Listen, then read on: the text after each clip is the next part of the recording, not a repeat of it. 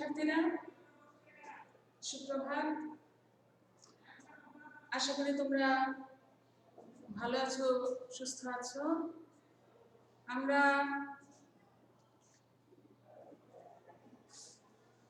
অনেকদিন পর আবার ক্লাসে আসলাম।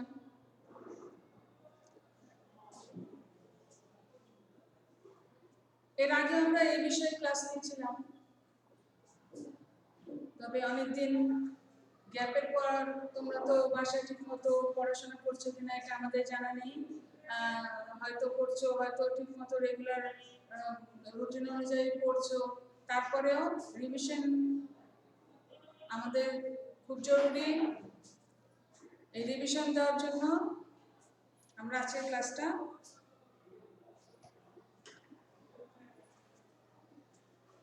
নিচ্ছি।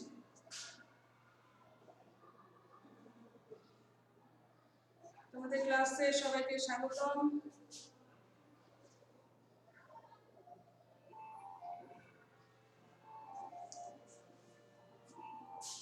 চিত্রে আমরা কি দেখতে পাচ্ছি?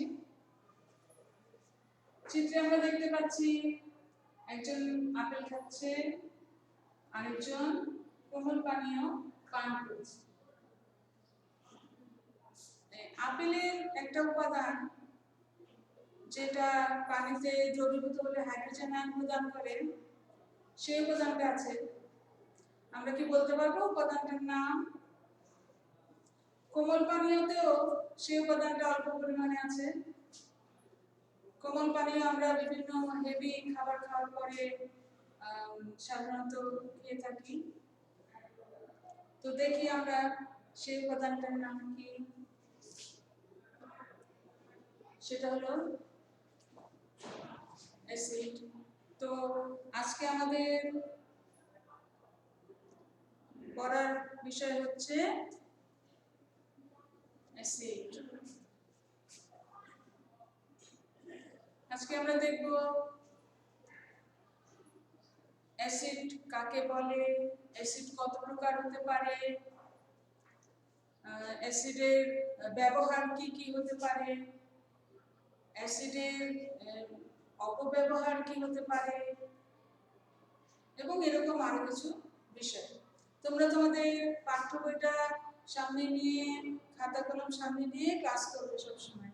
তাহলে ক্লাসের সঙ্গে সঙ্গে যে জিনিসগুলো আমি বলবো বা যেগুলো তোমাদের মনে রাখা জরুরি, যেগুলো গুরুত্বপূর্ণ বিষয়, সেগুলো তোমরা খাতায় নোট করে নিতে পারবে এবং বইয়ের সঙ্গে মিলিয়ে অবশ্যই করবে। বই এবং এই বই ছাড়া আমাদের আর কোনো কিছুই পড়ার নেই। এই পাঠ্য বইয়ের ভিতরে যা আছে সেগুলো আমাদের সব আয়ত্ত করে ফেলতে হবে, তাহলে আমাদের পরীক্ষার আর কোনো চিন্তাই থাকবে না। তাহলে দেখি অ্যাসিড সম্পর্কে আমাদের বইয়ের সাথে মিলিয়ে আমরা এখানে কি দেখতে পাচ্ছি। ক্লাসে আমরা যা যা করবো বইয়ের উপরে, বইয়ের সাথে আমরা এটার সাথে মিলিয়ে দিব। তো আজকে আমাদের পাঠ হচ্ছে অম্ল বা অ্যাসিড।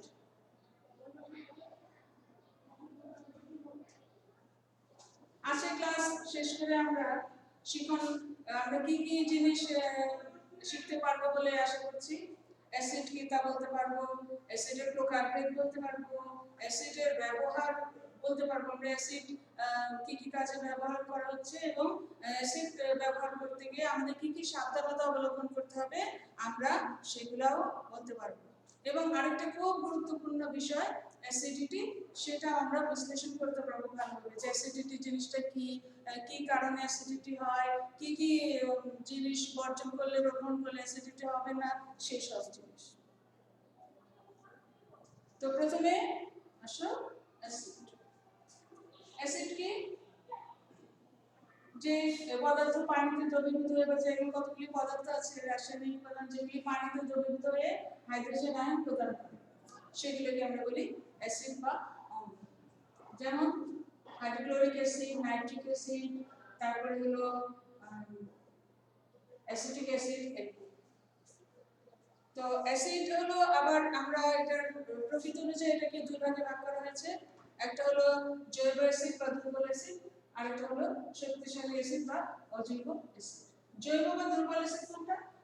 যেগুলো পানিতে পুরোপুরি বিয়োজিত হয় না, আংশিক বিয়োজিত হয়, আংশিক হাইড্রোজেন আয়ন তৈরি করে। আর শক্তিশালী অ্যাসিডগুলো পানিতে পুরোপুরি বিয়োজিত হয়ে সম্পূর্ণ বিয়োজিত হয়ে যায় এবং হাইড্রোজেন আয়ন তৈরি করে। তো জৈব বা দুর্বল অ্যাসিড আমরা বিভিন্ন খাবারের মধ্যে, বিশেষ করে বিভিন্ন ফল, শাকসবজি এগুলোর মধ্যে পেয়ে থাকি, এই জন্য এটা প্রকৃতিতে পাওয়া যায়।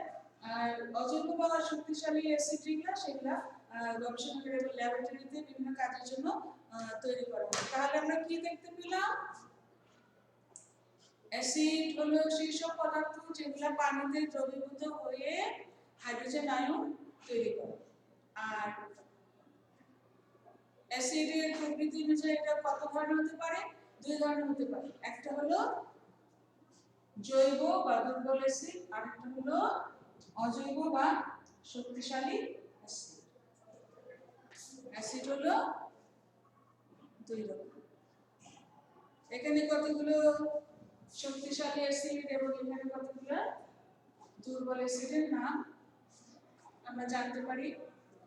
Hydrochloric acid, nitric acid, hydroiodic acid, perfluoric acid, chloric acid, এগুলো হলো সব খুব শক্তিশালী অ্যাসিড।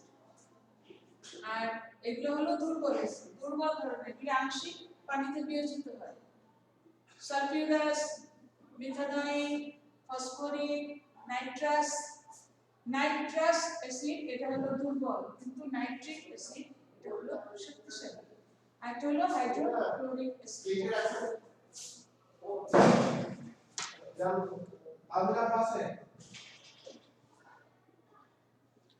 তারপরে আমরা দেখি অ্যাসিডের ব্যবহার। অ্যাসিড কি কি কাজে আমরা ব্যবহার করি?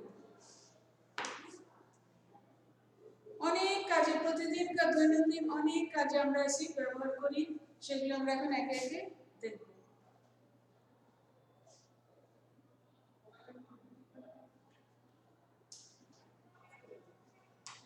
বলতা বা বিচ্ছু এটা যখন হুল ফুটায় তখন প্রচন্ড জ্বালা করে।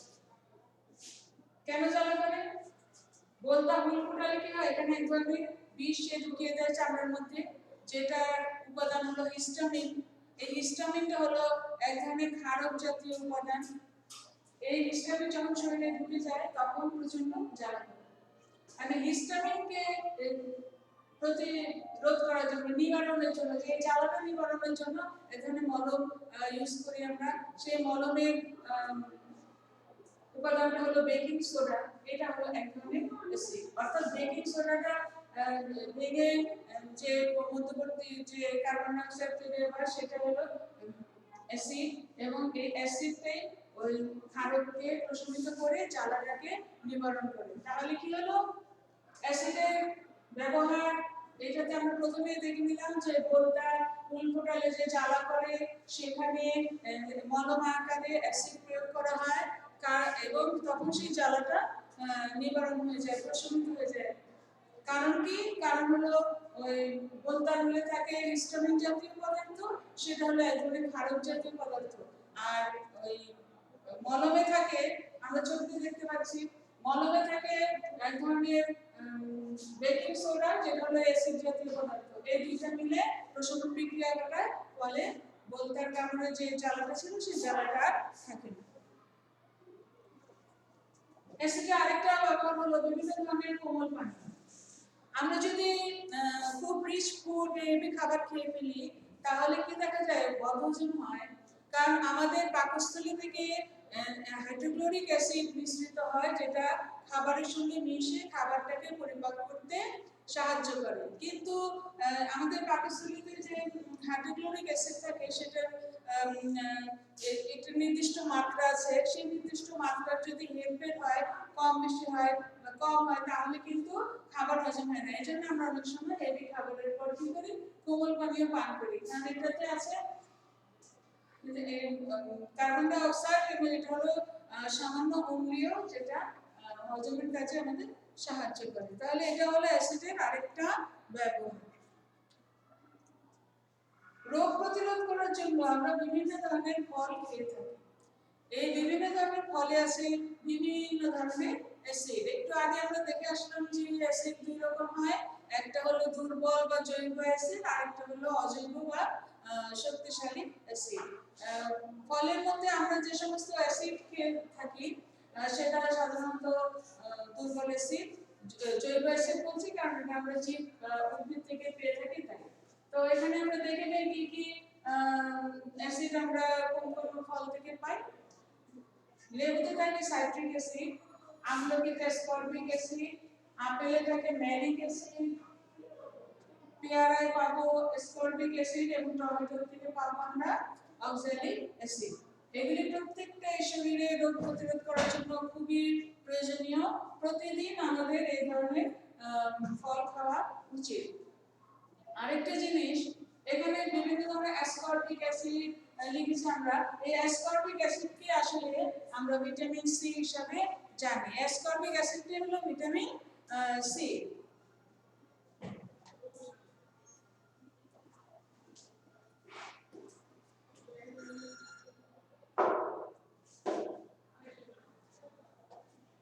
তাহলে বিভিন্ন ধরনের রোগ প্রতিরোধ করার জন্য আমরা বিভিন্ন ধরনের ফল খেয়ে থাকি এবং এই ফলের মধ্যে থাকে নানা ধরনের অ্যাসিড জাতীয় পদার্থ। আচার সংরক্ষণে এক ধরনের অ্যাসিড আমরা ইউজ করি, সেটা হলো অ্যাসিটিক অ্যাসিড। এটাকে আমরা অনেক সময় ভিনেগারও বলি।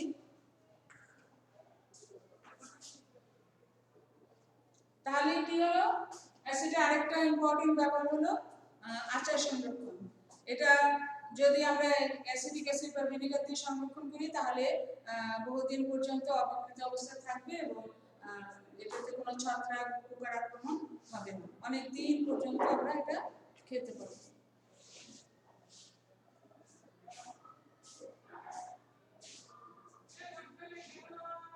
বোরহানি ও দই এগুলা খেতে আমরা অনেক ভালোবাসি, বিশেষ করে রিচ ফুড খাবার পরে এগুলো আমরা সাধারণত খেয়ে থাকি। এই বোরহানি এবং দই এগুলোও এক ধরনের অ্যাসিড দিয়ে এক ধরনের অ্যাসিডিক উপাদান থাকে, সেটা হলো এই অ্যাসিডটার নাম হলো ল্যাকটিক অ্যাসিড। ল্যাকটিক অ্যাসিড থাকে বোরহানি এবং দইয়ের মধ্যে। এগুলো আমাদের খাবার হজম করতে খুব সহায়ক, এই জন্য আমরা হেভি খাবারের পর সাধারণত এগুলা খেয়ে থাকি।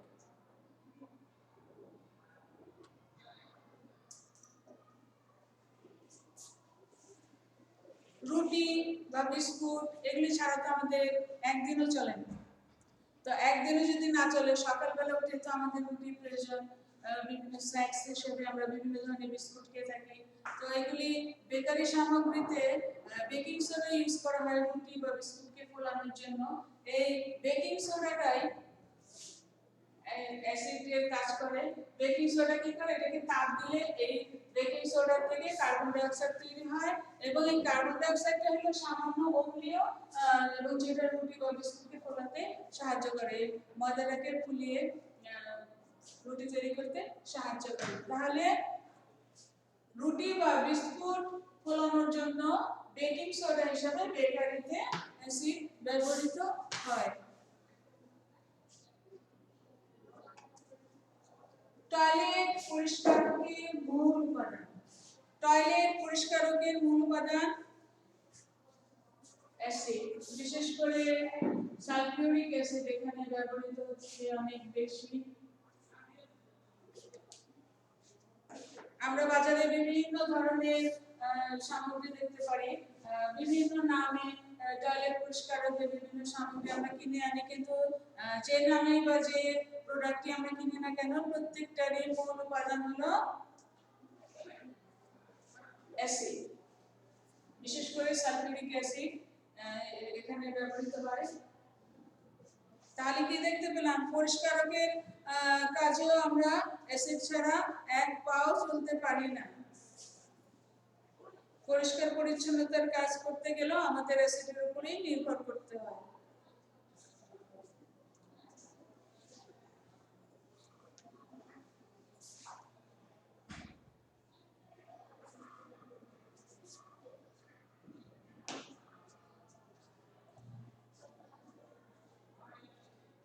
এখন আমরা অ্যাসিডের আরেকটা ব্যবহার দেখতে পাচ্ছি সৌর বিদ্যুৎ সংরক্ষণ করতে আইপিএস এবং গাড়ি ব্যাটারি, এগুলিতে প্রত্যেকটাতে অ্যাসিড ব্যবহার করা হয়।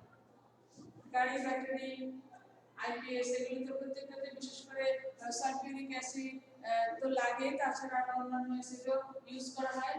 আর এগুলো আমাদের তো বলে হলো প্রতিদিন কত ইম্পর্টেন্ট কাজে আমরা ব্যবহার করি। যানবাহনে তো ব্যাটারি ছাড়া যানবাহন চলবেই না। প্লাস সৌর বিদ্যুৎ প্যানেলে সৌরশক্তি সংরক্ষণ করে রাখতে আমাদের খুব সুবিধা। এই কারণে আমরা এটা ইদানিং এর ব্যবহার খুব বেড়ে গেছে, এবং যেহেতু ব্যবহার বেড়ে গেছে সেহেতু অ্যাসিডের ব্যবহারও বেড়ে গেছে। যানবাহনের ব্যাটারি বিভিন্ন কাজে যে পোর্টেবল ব্যাটারি প্রয়োজন হয় সেগুলোর জন্য অ্যাসিড প্রয়োজন, এবং এইভাবে আমরা অ্যাসিডকে প্রতিদিন আমাদের প্রতিটি ইম্পর্টেন্ট কাজে আমরা লাগাচ্ছি। সার তৈরিতে আমাদের কৃষি প্রধান দেশে কৃষি জমিতে সার তো প্রয়োগ করতেই হয়, তাই কৃষকদের কাছে সার খুব ইম্পর্টেন্ট জিনিস। কৃষকদের কাছে যেহেতু ইম্পর্টেন্ট সেহেতু আমাদের কাছে ইম্পর্টেন্ট। তো বিভিন্ন ধরনের সার তৈরির মূল উপাদান হলো বিভিন্ন প্রকারের অ্যাসিড। এখানে আমরা দেখে নিই কতগুলি সারের নাম, এবং সেই সারের মধ্যে মূল উপাদান হিসেবে কোন অ্যাসিড ব্যবহার করা হচ্ছে সেটার নাম এবং সেই সারের ছবি আমরা এখানে দেখতে পাবো। অ্যামোনিয়াম নাইট্রেট, এটা একটা সার। এই অ্যামোনিয়াম নাইট্রেটের মূল উপাদান হলো নাইট্রিক অ্যাসিড। নাইট্রিক অ্যাসিড থেকে তৈরি হচ্ছে অ্যামোনিয়াম নাইট্রেট। অ্যামোনিয়াম সালফেট, এটাও একটা গুরুত্বপূর্ণ সার। অ্যামোনিয়াম সালফেটের মূল উপাদান হচ্ছে সালফিউরিক অ্যাসিড, এটা একটা অ্যাসিড। অ্যামোনিয়াম ফসফেট, এই অ্যামোনিয়াম ফসফেটের মূল উপাদান হচ্ছে হাইড্রোজেন ফসফেট, এটা একটা অ্যাসিড। ফসফরিক অ্যাসিড, তাহলে nitric acid, sulphuric acid, phosphoric acid এগুলো তৈরি হচ্ছে বিভিন্ন ধরনের সার তৈরিতে। এখানে দেখো অ্যামোনিয়াম নাইট্রেটের ছবি, তারপরে অ্যামোনিয়াম সালফেট, তারপরে অ্যামোনিয়াম ফসফেট। দেখতে বিভিন্ন, প্রত্যেকটা ভিন্ন ভিন্ন, কালারটাও ভিন্ন ভিন্ন, আর এগুলোর কাজও ভিন্ন। তাহলে কি দেখা গেল, বিভিন্ন ধরনের সার তৈরিতে অ্যাসিডের খুব গুরুত্বপূর্ণ ব্যবহার আছে। এখন আমরা দেখব অ্যাসিড যে আমরা ব্যবহার করি এত সব গুরুত্বপূর্ণ কাজে, দৈনন্দিন কাজে ব্যবহার করতে গেলে কিছু সাবধানতা অবলম্বন করতে হবে। যেহেতু অজৈব অ্যাসিড খুব ক্ষয়কারক, এই জন্য যদি গায়ে পড়ে বা জামা কাপড়ে পড়ে তাহলে সেটা পুড়িয়ে ফেলবে। এই জন্য যদি কখনো কখনো গায়ে বা কোথাও অ্যাসিড পড়ে তাহলে প্রচুর পানির ধারায় সেটাকে ধুয়ে ফেলতে হবে। প্রচুর পানি দিতে হবে, যেমন কলের পানির নিচে যদি হাতে অ্যাসিড পড়ে তাহলে কলের পানির নিচে হাতটা দিয়ে রাখতে হবে অনেকক্ষণ, যতক্ষণ না জ্বালা যন্ত্রণাটা কমে আসে। আর অ্যাসিড দিয়ে কাজ করতে গেলে সবসময় গ্লাভস পরে নেওয়া উচিত, তাহলে হাতে বা কোথাও গ্লাভস এবং নিরাপদ চশমা এগুলো সবসময় ইউজ করা উচিত অ্যাসিড নিয়ে কাজ করতে গেলে ল্যাবরেটরিতে। আর অনেক সময় অনেক দুর্বৃত্তরা কি করে অ্যাসিডটাকে, অ্যাসিডের এত উপকারী যে ব্যবহার আমরা করে থাকি সেটাকে একটা অপব্যবহারে নিয়ে যায়। তারা সেটাকে সন্ত্রাসী কার্যক্রমে ব্যবহার করে, বিভিন্ন নারী শিশুর উপরে প্রয়োগ করে বা একটা সন্ত্রাসী কার্যক্রমে বিভিন্ন কাজে লাগায়। সেটা হলো অ্যাসিডের অপব্যবহার অবশ্যই, এবং এটা একটা শাস্তিযোগ্য অপরাধ। অ্যাসিড নিক্ষেপ একটি মারাত্মক শাস্তিযোগ্য অপরাধ। কতটা মারাত্মক আমরা তো জানি, অ্যাসিড শরীর ক্ষয়কারক, অ্যাসিড শরীরে পড়লে শরীর পুড়ে যাবে, সব জামা কাপড় পুড়ে যাবে, তাহলে এটা একটা তার জীবনটাই নষ্ট হয়ে যাবে। এই জন্য এটা একটা মারাত্মক শাস্তিযোগ্য অপরাধ। এই অপরাধটা কি শাস্তি, আমাদের দেশে নারী ও শিশু নির্যাতন আইন 1995 অনুযায়ী অ্যাসিড নিক্ষেপের শাস্তি হলো যাবজ্জীবন থেকে মৃত্যুদণ্ড পর্যন্ত। অর্থাৎ এই অপরাধের মাত্রা অনুযায়ী শাস্তি হতে পারে যাবজ্জীবন, হতে পারে মৃত্যুদণ্ড।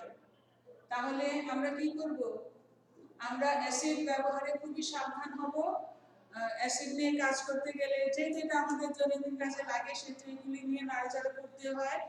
তো এই অ্যাসিড নিয়ে কাজ করতে গেলে সবসময় গ্লাভস পরে, নিরাপদ চশমা পরে, অ্যাপ্রন করে কাজ করতে হবে। আর হলো কি অ্যাসিড যারা অপব্যবহার করে, অ্যাসিড সন্ত্রাসী যারা, তাদেরকে প্রতিরোধ করতে হবে। তারা যাতে এগুলো কোনোভাবে কিনতে না পারে সেগুলি বিষয়ে পদক্ষেপ নিতে হবে। এগুলি আমাদের সাবধানতা অবলম্বন করতে হবে।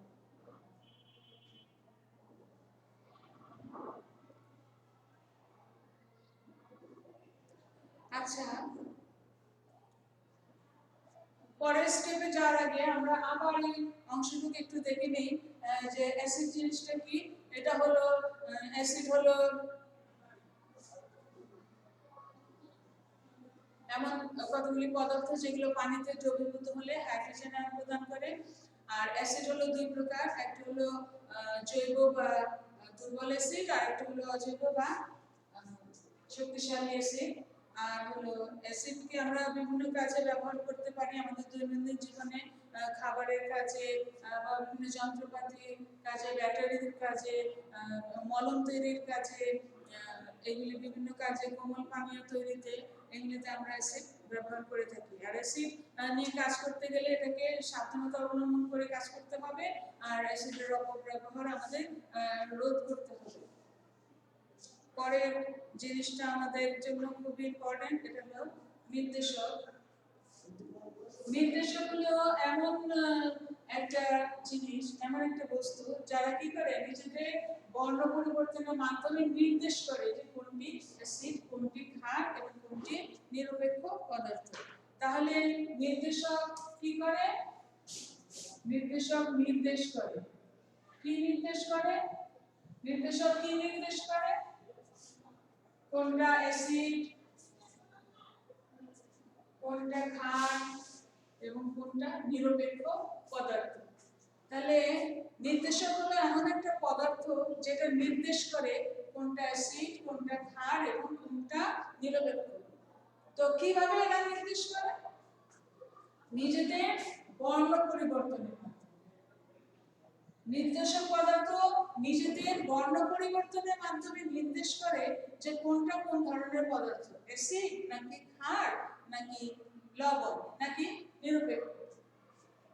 নিরপেক্ষতেই লবণ। আমরা পরবর্তী ক্লাসগুলোতে দেখব, ধাপে ধাপে আমরা সব ক্লাসে দেখব। এখানে কতগুলা নির্দেশক পদার্থের ছবি দেওয়া আছে। যেমন এটা হলো লিটমাস পেপার বা লিটমাস কাগজ। লিটমাস কাগজ দু ধরনের হতে পারে, লাল এবং নীল। এই লাল এবং নীল লিটমাস কাগজ নিজেদের বর্ণ পরিবর্তনের মাধ্যমে আমাদের চিনিয়ে দেয় কোনটা অ্যাসিড, কোনটা ক্ষার। আরো আছে এখানে phenolphthalein, methyl red, methyl orange, এগুলো প্রত্যেকটা এক একটা নির্দেশক পদার্থ যারা নিজেদের বর্ণ পরিবর্তনের মাধ্যমে বুঝিয়ে দেয় কোনটা অ্যাসিড, কোনটা ক্ষার এবং কোনটা কোনোটাই না। তাহলে নির্দেশক পদার্থটা খুব ইম্পর্টেন্ট একটা পদার্থ, কারণ এটা না থাকলে তো আমরা চিনতে পারবো না যে কোনটা অ্যাসিড, কোনটা ক্ষার বা কোনটা কোনোটাই। ধরো দুইটা বোতলে দুই ধরনের তরল পদার্থ আছে, দেখতে একই রকম সাদা। এখন এখানে আমরা বুঝতে পারবো না কোনটা অ্যাসিড এবং কোনটা ক্ষার, কিন্তু দুইটার মধ্যে দুই ধরনের তরল পদার্থ দেওয়া আছে। আমরা যদি না বুঝে কোনোটা হাত ঢুকিয়ে দিই, সেটা যদি অ্যাসিড থাকে তাহলে আমাদের হাতের কি ব্যবস্থা হবে বুঝতে পারছি।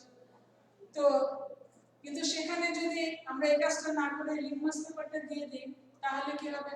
তাহলে লিটমাস পেপারটা নিজেদের বর্ণ চেঞ্জের মাধ্যমে আমাদের বুঝিয়ে দিবে যে এই বোতলটার মধ্যে কি আছে, এই বোতলের মধ্যে কি আছে। তো কোন বোতলে যদি লাল লিটমাস আমরা দেই, লাল,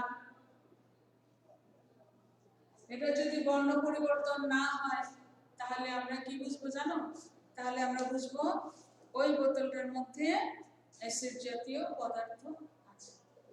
ওটা আমরা আবার অন্য কোনো ক্লাসে দেখে নিব কিভাবে এই পরীক্ষাগুলি করা যায়। আজকে শুধু আমরা জানি নির্দেশক কাকে বলে, নির্দেশক এখানে কতগুলো নির্দেশকের নাম এটাই আমরা আজকে করব। তাহলে নির্দেশক হলো এমন কতগুলি পদার্থ আছে যারা নিজেদের বর্ণ পরিবর্তনের মাধ্যমে নির্দেশ করে দেয় যে কোনটি অ্যাসিড, কোনটি ক্ষার এবং কোনটি নিরপেক্ষ পদার্থ। খুব ইম্পর্টেন্ট একটা টপিকস আমরা চলে এসেছি এখন, পাকস্থলীর অ্যাসিডিটি। আমরা যে সমস্ত খাবার খেয়ে থাকি প্রত্যেকটা খাবারই আমাদের পাকস্থলীতে গিয়ে জমা হয় এবং সেখানে পরিপাক হওয়া শুরু করে। কোনো কোনো খাবার মুখে পরিপাক হওয়া শুরু করে। তো পাকস্থলীতে খাবার গেলে পাকস্থলীর প্রাচীর থেকে হাইড্রোক্লোরিক অ্যাসিড নিঃসৃত হয়। এই হাইড্রোক্লোরিক অ্যাসিডই খাবারের উপরে কাজ করে, খাবারটাকে পরিপাক করতে সহায়তা করে। এখন আমাদের পাকস্থলীতে যে হাইড্রোক্লোরিক অ্যাসিড বের হয় এবং খাবারের উপর কাজ করে, যদি কখনো এই অ্যাসিডের মাত্রাটা বেড়ে যায় তাহলে পাকস্থলীতে একটা অস্বস্তিকর অবস্থা তৈরি হয়, যার ফলে আমাদেরও শরীরে বিভিন্ন ধরনের অস্বস্তিকর অবস্থা দেখা যায়। তো সেই অবস্থাটাকে আমরা বলবো অ্যাসিডিটি। তাহলে পাকস্থলীর অ্যাসিডিটি বলতে আমরা কি বুঝবো? কোনো কারণে আমাদের পাকস্থলীর হাইড্রোক্লোরিক অ্যাসিডের মাত্রা বেড়ে গেলে যে অস্বস্তিকর অবস্থা তৈরি হয় তাকে অ্যাসিডিটি বলে। তারপর ছবিতে পাকস্থলীটা মনে হয় জ্বালা পোড়া করে, গলা মুখ জ্বালা পোড়া করে এবং কখনো খুব খারাপ লেগুর আসে, এগুলি সবই হলো অ্যাসিডিটির লক্ষণ। তো অ্যাসিডিটির কারণ কি? অ্যাসিডিটির অনেক কারণ আছে, তার মধ্যে অন্যতম কারণ হলো খাদ্যদ্রব্য। আমরা আমাদের পাকস্থলী বান্ধব বা খাদ্যদ্রব্য খাই না, আমরা অনেক সময় যে ভাজা পোড়া এগুলো খাবার খেয়ে থাকি, যেগুলো আমাদের ফাস্টফুড খেয়ে থাকি, এগুলো খুবই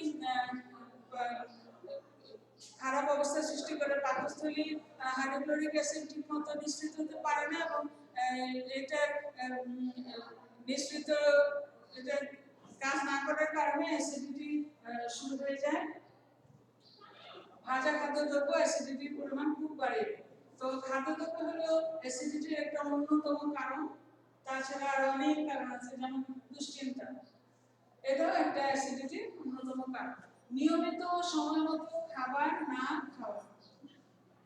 কেউ যদি প্রতিদিনই দুপুরের খাবার বিকালে, বিকালের খাবার রাত্রে এরকম করে খেতে থাকে, অনিয়মিত খাবার এবং ফাস্টফুড এবং ভাজা পোড়া বাইরের খাবার বা স্বাস্থ্যকর খাবার না খায়, তাহলে তার অ্যাসিডিটি হওয়ার সম্ভাবনা আছে। প্রয়োজন মাফিক ঘুম না হওয়া। ঘুম না হওয়া অ্যাসিডিটি হওয়ার একটা অন্যতম কারণ। সাধারণত একজন মানুষের 6 থেকে 8 ঘন্টা ঘুমাতে হয়। কেউ যদি 6 থেকে 8 ঘন্টা পরিপূর্ণ খাবার হজম হওয়ার জন্য সময়টুকু দরকার হয়, এই সময়টুকু যদি কেউ ঘুমাতে না পারে তাহলে তার অ্যাসিডিটি হওয়ার সম্ভাবনা। আরো এইগুলি কারণ ছাড়াও ব্যাকটেরিয়া জনিত কারণেও অ্যাসিডিটি হতে পারে। হেলিকোব্যাক্টার পাইলোরি নামক এক ধরনের ব্যাকটেরিয়া আছে যার আক্রমণে অ্যাসিডিটি হতে পারে। এগুলো বিভিন্ন ধরনের বাইরের বাসি পচা খাবার বা অস্বাস্থ্যকর পরিষ্কার খাবারের মধ্যে থাকে। তো পাকস্থলীর অ্যাসিডিটি হওয়ার এই সমস্ত কারণ দেখো, প্রথম 4টা কারণ তো আমরা ইচ্ছা করলে আমরা কন্ট্রোল করে ফেলতে পারি, এর ফলে অ্যাসিডিটিও কন্ট্রোলে চলে আসবে। ব্যাকটেরিয়া জনিত যে সংক্রমণ সেটার জন্য আমাদের তো ওষুধ খেতে হতে পারে, কিন্তু বাকি যেগুলো আছে অ্যাসিডিটির বেশিরভাগ কারণে আমরা নিজেদের কন্ট্রোলের মধ্যে আছে, আমরা ইচ্ছা করলে এটাকে আমরা প্রতিহত করতে পারি। তো দেখি কি কি ধরনের খাবার আমাদের অ্যাসিডিটির জন্য খেতে হবে। প্রথম কথাটাই হলো যেসব খাবারে অ্যাসিডিটি হয় তা বর্জন করতে হবে। ওই যে একটু আগে বললাম ফাস্টফুড, সেই ফাস্টফুড জাতীয় খাবার খাওয়া যাবে না। তেলে ভাজা, বেশি ভাত মশলাযুক্ত চাল কফি এগুলো বেশি খাওয়া যাবে না, তাহলে অ্যাসিডিটি থেকে আমরা রক্ষা পাবো। খাদ্যধর্মী খাবার খেতে হবে, যেহেতু অ্যাসিডের পরিমাণটা বেশি সেহেতু খাদ্যধর্মী খাবার যদি আমরা খাই তাহলে অ্যাসিডের সাথে ক্ষার বিক্রিয়া করে সেই অ্যাসিডিটিটাকে প্রশমিত করে ফেলতে পারে। এই জন্য আমরা বলছি অ্যাসিডের সঙ্গে মানে ক্ষার জাতীয় খাবার খেতে হবে। তো বিভিন্ন ধরনের শাকসবজিতে ক্ষার থাকে, আমরা যদি প্রতিদিন অর্থাৎ আমরা যদি সুষম খাবার প্রতিদিন খাই, শাকসবজি ফলমূল, তাহলে আমরা খাদ্য জাতীয় প্রয়োজনীয় খাদ্য জাতীয় খাবার পেয়ে যাবো এবং আমাদের অ্যাসিডিটি থেকে আমরা বাঁচতে পারবো। বিভিন্ন ধরনের দুগ্ধজাত খাবার যেমন সয়া দুধ, সয়া মাখন, ছাগলের দুধ থেকে তৈরি মাখন, এগুলাও খাদ্যধর্মী খাবার, এগুলাতেও অ্যাসিডিটি কমতে পারে। বিভিন্ন ধরনের হার্বাল চা, সবুজ চা, আদা চা, এগুলো পাকস্থলীর জন্য খুব প্রয়োজন, পাকস্থলী বান্ধব খাবার বলতে পারি আমরা। তো এগুলা খেলে, এই ধরনের খাবার খেলে অ্যাসিডিটি থেকে আমরা রক্ষা পাবো। তাহলে কি দেখলাম আমরা যে উপযুক্ত খাদ্য যদি আমরা নির্বাচন করতে পারি তাহলে আমরা এই অ্যাসিডিটি প্রবলেম থেকে অনেকটাই রক্ষা পাবো।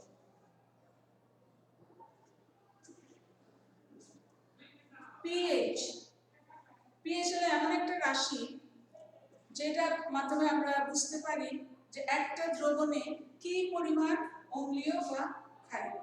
একটা দ্রবণ কি পরিমাণ অম্লীয় বা ক্ষারীয় একটু আগে আমরা দেখে আসলাম যে নির্দেশক দিয়ে আমরা বুঝতে পারি যে ওই দ্রবণটা কি অ্যাসিড নাকি ক্ষার নাকি অন্য কিছু।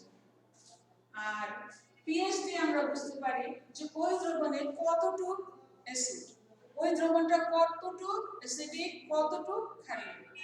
তাহলে কি হলো, পিএইচ এর মান জানা খুব প্রয়োজনীয়। কেন? কারণ ওই যে একটু আগে বললাম একটা বোতলে কি আছে, একটা বোতলে ধরো আমি জানলাম যে এখানে অ্যাসিড আছে, কিন্তু অ্যাসিডের মাত্রাটা কতটুকু এটা কিন্তু আমরা নির্দেশক দিয়ে জানতে পারবো। এটা জানতে গেলে আমাদের পিএইচ জানতে হবে। এবং পিএইচ জানার জন্য বিভিন্ন ধরনের স্কেল আছে, এরকম একটা ইউনিভার্সাল চার্ট আছে, আরো অনেক ধরনের চার্ট পাওয়া যায়। তো এই হলো একটা চার্ট, এটার মাধ্যমে আমরা বুঝতে পারি যে কোনটা কতটুকু অ্যাসিডিক বা অম্লীয়, এটাকে আমরা পিএইচ চার্ট বলবো। তাহলে পিএইচ জিনিসটা কি? পিএইচ এর মাধ্যমে কি জানা যায়? পিএইচ এর মাধ্যমে জানা যায় একটি দ্রবণ কি পরিমাণে অম্লীয় বা ক্ষারীয়। একটি দ্রবণ কি পরিমাণটা জানতে পারি, কি পরিমাণে অম্লীয় বা ক্ষারীয়। তো পিএইচ এর মাত্রাটা হলো 0 থেকে 14 পর্যন্ত। 0 থেকে 14, তার মধ্যে 7 হলো নিরপেক্ষ। এটা হলো নিরপেক্ষ বা নিউট্রাল। 7 এর থেকে যতই নিচের দিকে নামতে থাকবো ততই কি হতে থাকবে, ওই দ্রবণটা অম্লীয় হতে থাকবে। 7 এর থেকে যতই উপরের দিকে উঠতে থাকবে ততই ওই দ্রবণটা ক্ষারীয় হতে থাকবে। তো একটা দ্রবণে যদি চারটা আমরা দেই বা সেগুলো দেই, তখন কালার চেঞ্জের মাধ্যমে আমরা বুঝতে পারবো যে ওই দ্রবণটা কতটুকু অম্লীয় বা ক্ষারীয়। এই পিএইচ এর এই কালার চার্টটা আমাদের অনেক কাজে লাগে। কৃষি জমিতে মাটি কতটুকু অম্লীয় বা ক্ষারীয় এটা জানতে হতে পারে, কিন্তু ওষুধ প্রশাসনে ওষুধের আমাদের খুবই এটার ব্যবহার আছে। তো পিএইচ মান না জানলে আমরা বুঝতে পারবো না যে একটা দ্রবণ কতটুকু অম্লীয় বা কতটুকু ক্ষারীয়। আর এখানে এর মাত্রাটা হলো 0 থেকে নিয়ে 14 পর্যন্ত, 0 থেকে 14 পর্যন্ত। তার মধ্যে 7 হলো নিরপেক্ষ বা নিউট্রাল, 7 এর নিচে হলে অম্লীয়, 7 এর উপরে হলে ক্ষারীয়। লেখা আছে অ্যাসিডিক, অ্যালকালাইন। ঠিক আছে, তাহলে পিএইচ এর মান আমাদের জানতে হবে, এটা খুব ইম্পর্টেন্ট একটা বিষয়। পিএইচ আমাদের কি জানায়? পিএইচ জানায় ওই দ্রবণ কতটুকু অম্লীয় বা কতটুকু ক্ষারীয়। এখানে কতগুলো জিনিসের পিএইচ মান দেখা যাচ্ছে, যেমন আমাদের ধমনীর যে রক্ত, সেই রক্তের পিএইচ মান হলো 7.8। আমাদের ধমনীর যে রক্ত সে তার পিএইচ মান 7.8। এটা যদি 0.4% 0.4 ও হেরফের হয় তাহলে আমাদের শরীরের ভয়াবহ অবস্থা হয়। লালা, মুখে যে লালা, তার পিএইচ হলো 6.6 এর কাছাকাছি। লালা তো খাবারের সঙ্গে মিশে খাবারটাকে পরিপাক হতে সাহায্য করে, এই জন্য লালা পিএইচ জানাটা আমাদের জরুরি 6.6 এর কাছাকাছি। পাকস্থলীতে থেকে যে অ্যাসিড একটু আগে বললাম হাইড্রোক্লোরিক অ্যাসিড মিশ্রিত হচ্ছে, ওর পিএইচ হলো 2। আমাদের খাবার হজম করার জন্য 2 মাত্রার পিএইচ 2 প্রয়োজন, অম্লীয় একটা অবস্থা। এটার 0.5 এর হলেও আমাদের শরীরে বিভিন্ন ধরনের সমস্যা দেখা যায়। প্রস্রাবের পিএইচ হলো 7 এর কম। 7 এর কম, 7 হলো নিরপেক্ষ, 7 এর কম হলো অম্লীয়, 7 এর বেশি হলো ক্ষারীয়। তাহলে প্রস্রাবের পিএইচ হলো 7 এর কম, অর্থাৎ এটা সামান্য অম্লীয়। মাটির পিএইচ হয় 4 থেকে 8 এর মধ্যে। 4 থেকে 8 এর মধ্যে মাটির ধরন অনুযায়ী মাটির পিএইচ হতে পারে, তবে মাটির পিএইচ 3 হলো সবচেয়ে ভালো। যদি 3 থাকে তাহলে এটা প্রসাধনী পিএইচ, আমরা বিভিন্ন ধরনের প্রসাধনী ইউজ করে থাকি। প্রসাধনীর পিএইচ হলো 5.5, আর আমাদের ত্বকের পিএইচ হলো 4 থেকে 6 এর মধ্যে। তাহলে আমরা এখানে দেখে নিলাম যে বিভিন্ন ধরনের একটা জিনিসের পিএইচ এর মান কত। এই পিএইচ এর মানগুলো আমাদের জেনে রাখা ভালো, আর এগুলো আমাদের অবজেক্টিভের জন্য কাজে আসতে পারে। তোমরা লিখে লিখে এগুলা প্র্যাকটিস করবে। আজকে আমরা যে পাঠটা দেখলাম সেখানে গুরুত্বপূর্ণ যে বিষয় নতুন যেগুলো আমরা দেখলাম সেটা হলো জৈব অজৈব অ্যাসিড, নির্দেশক এবং পিএইচ মান। এগুলো খুবই গুরুত্বপূর্ণ, এগুলো আমাদের খুব ভালোভাবে আয়ত্ত করে নিতে হবে। একক কাজ, যদিও আমি ক্লাসে তোমাদের কাজ দিতে পারি না, আমি ক্লাসে তোমাদের সঙ্গে মিট করতে পারছি না, কিন্তু তোমরা এভাবে বাসায় বসে এরকম প্রত্যেকটা জিনিস আগে লিখে নিয়ে তারপরে নিজে নিজে লিখবে। এগুলো নিজে নিজে খাতার মধ্যে লিখে লিখে প্র্যাকটিস করবে, যাতে এগুলো মনে থাকে, এবং আগে পড়লে পরে দেখলে এবং নিজে লিখলে সেই পড়াটা যে কত মজবুত হয়, সেই পড়াটা কত দীর্ঘস্থায়ী হয়, সেটা তোমরা নিজেদের বুঝতে পারবে। না লিখলে কোনো পড়াই দীর্ঘস্থায়ীভাবে মনে থাকে না।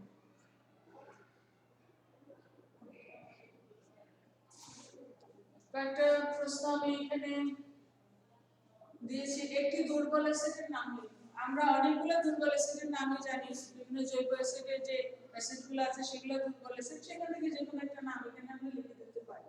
বিশুদ্ধ পানির পিএইচ কত? বিশুদ্ধ পানির পিএইচ হলো 7, আর বিশুদ্ধ পানি হলো নিরপেক্ষ। অ্যাসিডিটির অন্যতম কারণ কি? অ্যাসিডিটির অন্যতম কারণ হলো খাদ্যদ্রব্য।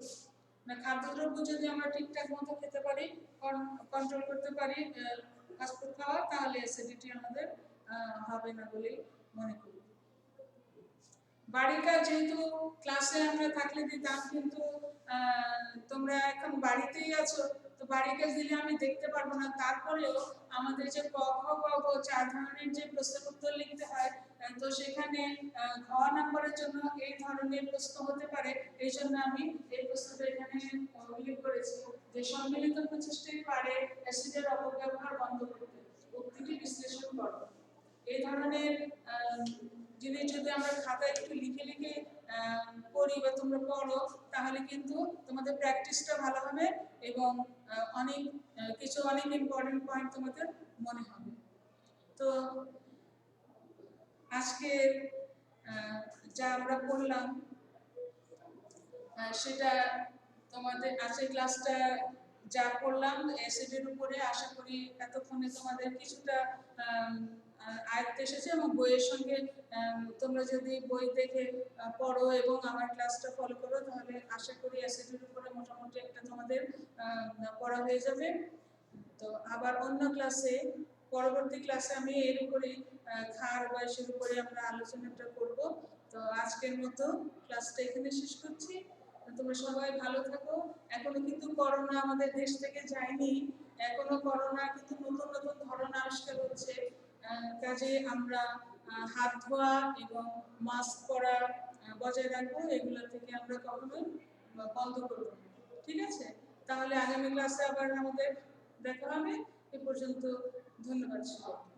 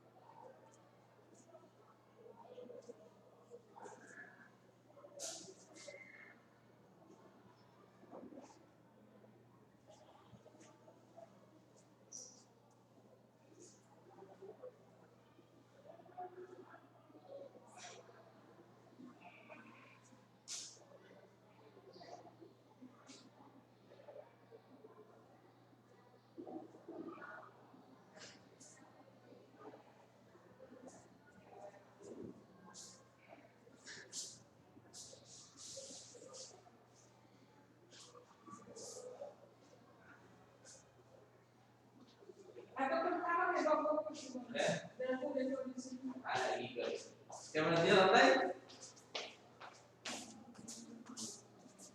Bisa dosnya. Nawai lagi. হ্যাঁ Nawai lagi. হয় না 30 minit tunggu jangan bisa. তা আমারটা